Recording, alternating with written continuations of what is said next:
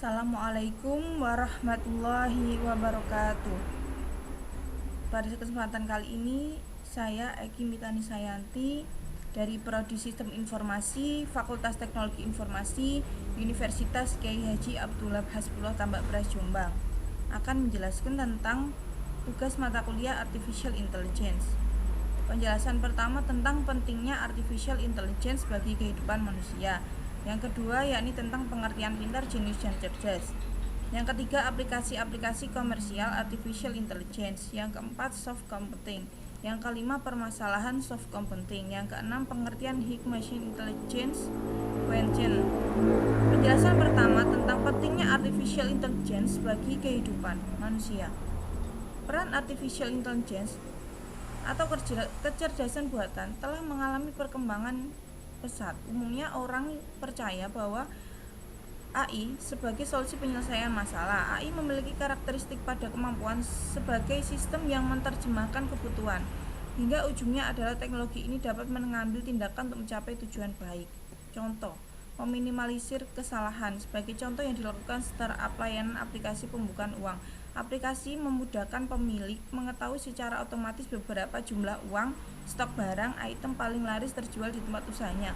Oleh karena itu, AI cukup berperan meminimalisir kerugian dari berbagai bentuk usaha. Yang kedua, hemat energi.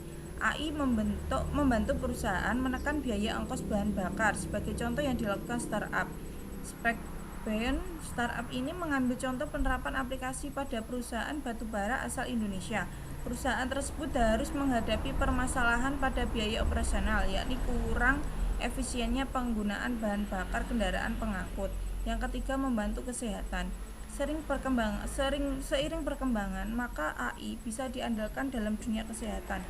Salah satu aplikasi populer adalah radiosurgery. AI dipercaya sebagai teknologi yang memiliki ketelitian tinggi dengan tingkat kesalahan yang kecil. AI pun juga bersifat konsisten dan cepat. Sama halnya dengan sebuah komputer, maka Anda akan melihat sistem teknologi yang berbeda dari sebelumnya. Penjelasan kedua tentang penting pengertian pintar, jenius, dan cerdas. Orang pintar adalah orang yang banyak belajar dan mampu menyerap pelajaran yang ia pelajari. Contohnya, ia adalah seorang mahasiswa yang memiliki IQ yang pas-pasan. Bisa dikatakan pintar jika ia belajar materi perkuliahan setiap hari, sehingga ia mendapatkan hasil yang bagus saat ujian dan dapat meraih IPK tinggi.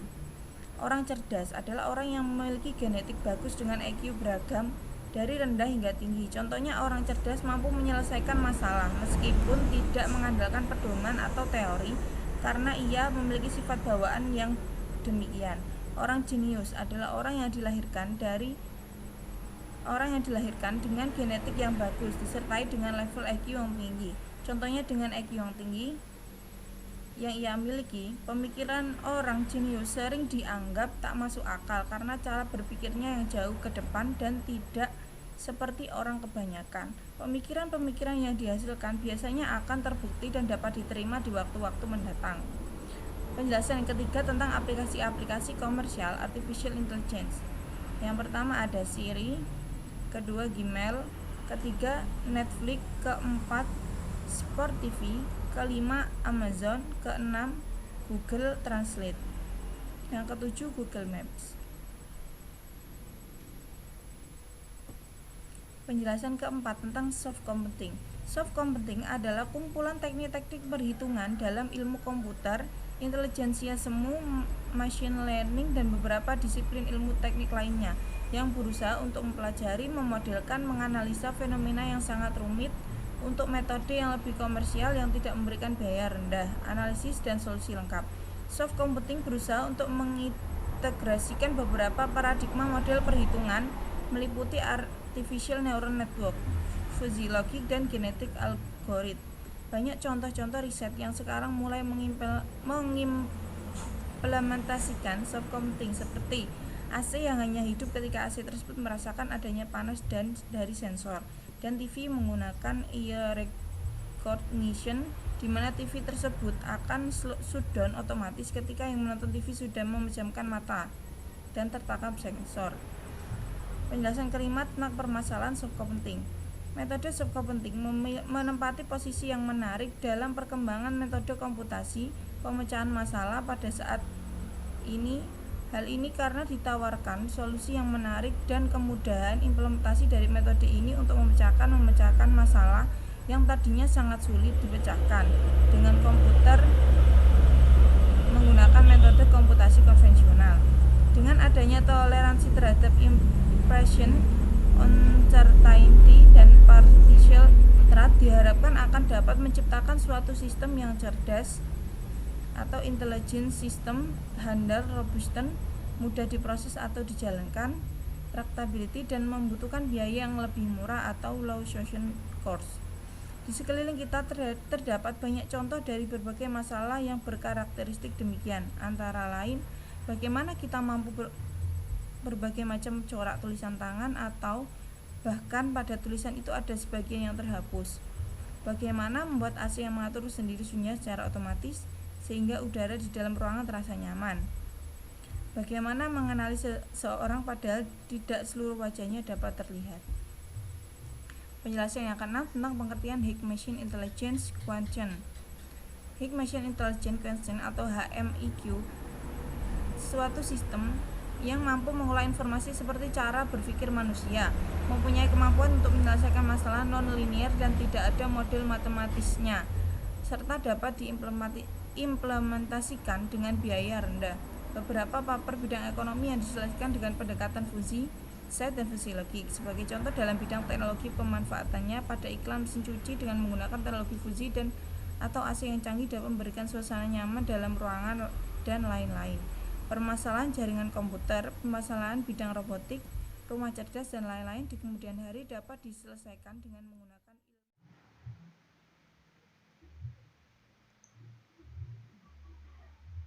Hey guys, aku Damelia dan aku akan membuat belajar kamu jadi lebih mudah dan happy. Ayo subscribe. Oke. Terima kasih. Enjoy videonya. Sekarang kita akan membahas aplikasi-aplikasi di dalam Artificial Intelligence. Nah, aplikasinya itu sangat banyak sekali, di mana pada video ini kita akan mengelompokkannya menjadi 10 bidang. Yang ke-10 ada AI dalam kreativitas buatan. Coba kalian dengarkan musik klasik ini.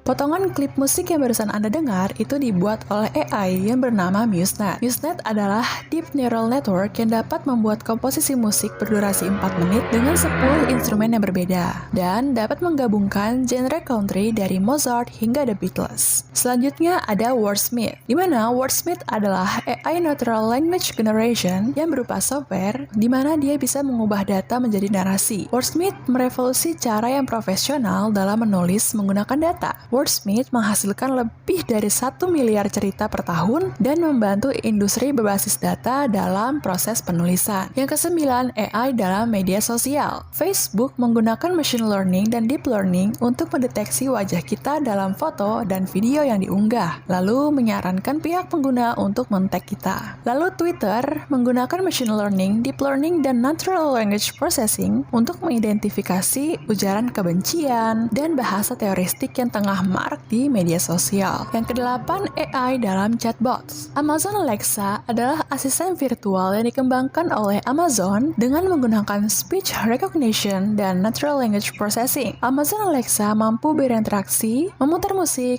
membuat daftar tugas, mengatur alarm, menyediakan informasi cuaca, lalu lintas, olahraga, berita, dan yang lainnya. Alexa juga dapat mengontrol beberapa perangkat pintar sebagai sistem otomasi di rumah. Lalu terdapat Google Assistant yang sama seperti Amazon Alexa, di mana dirancang untuk berinteraksi dengan kita dalam menyelesaikan tugas-tugas dengan menggunakan speech recognition dan natural language processing. Yang ke-7, AI dalam kendaraan otonom atau kendaraan tanpa pengemudi. Waymo adalah adalah software untuk mengubah data dari LiDAR atau Light Detection and Ranging untuk menghasilkan control signal yang dapat mengoperasikan kendaraan tanpa pengemudi. Kemudian Tesla adalah perusahaan kendaraan listrik yang produknya ialah mobil listrik, penyimpanan energi baterai dari rumah ke skala jaringan, produk tenaga surya, genteng surya, dan yang lain-lain.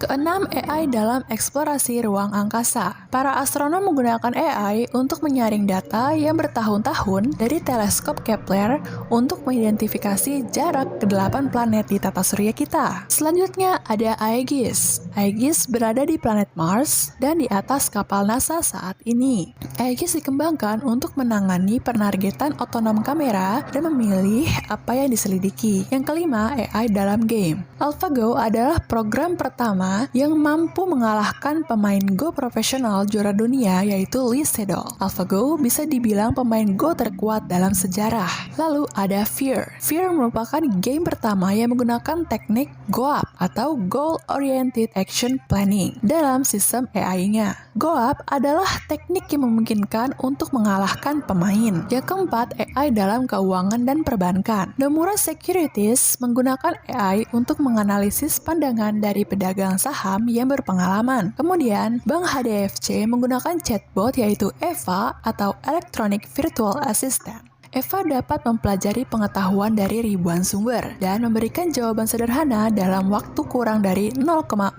detik. Dalam beberapa hari pertama peluncurannya, EVA telah menjawab lebih dari 100.000 pernyataan dari ribuan pelanggan yang tersebar dalam 17 negara di seluruh dunia. Yang ketiga, AI dalam pertanian. Blue River Technology mengembangkan robot pertama bernama See and Spray yang menggunakan teknologi computer vision untuk memantau dan menyemprotkan gulma dengan tepat pada tanaman kapas. Lalu Plantix menggunakan image recognition untuk mengidentifikasi cacat dan kekurangan unsur hara pada tanah melalui gambar. Yang kedua, AI dalam kesehatan. IBM Watson Health membantu para profesional kesehatan dan peneliti di seluruh dunia untuk membuat keputusan yang lebih tepat tentang perawatan dan organisasi kesehatan maupun mendiagnosis kondisi medis. Kemudian DeepMind menggunakan AI untuk mengembangkan sistem yang dapat menganalisis pemindaian retina dan melihat gejala penyakit mata yang mengancam penglihatan. Dan yang terakhir ialah AI dalam pemasaran. 35% pendapatan Amazon dihasilkan oleh mesin rekomendasinya. Amazon memanfaatkan AI dan machine learning untuk merekomendasikan produk kepada pelanggannya. Selanjutnya ada Netflix.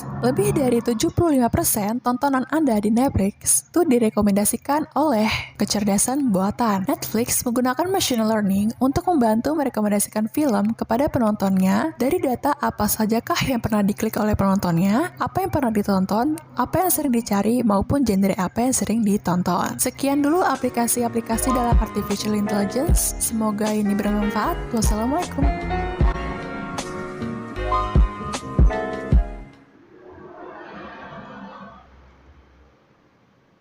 Sekian dan terima kasih. Saya akhiri. Wassalamualaikum warahmatullahi wabarakatuh.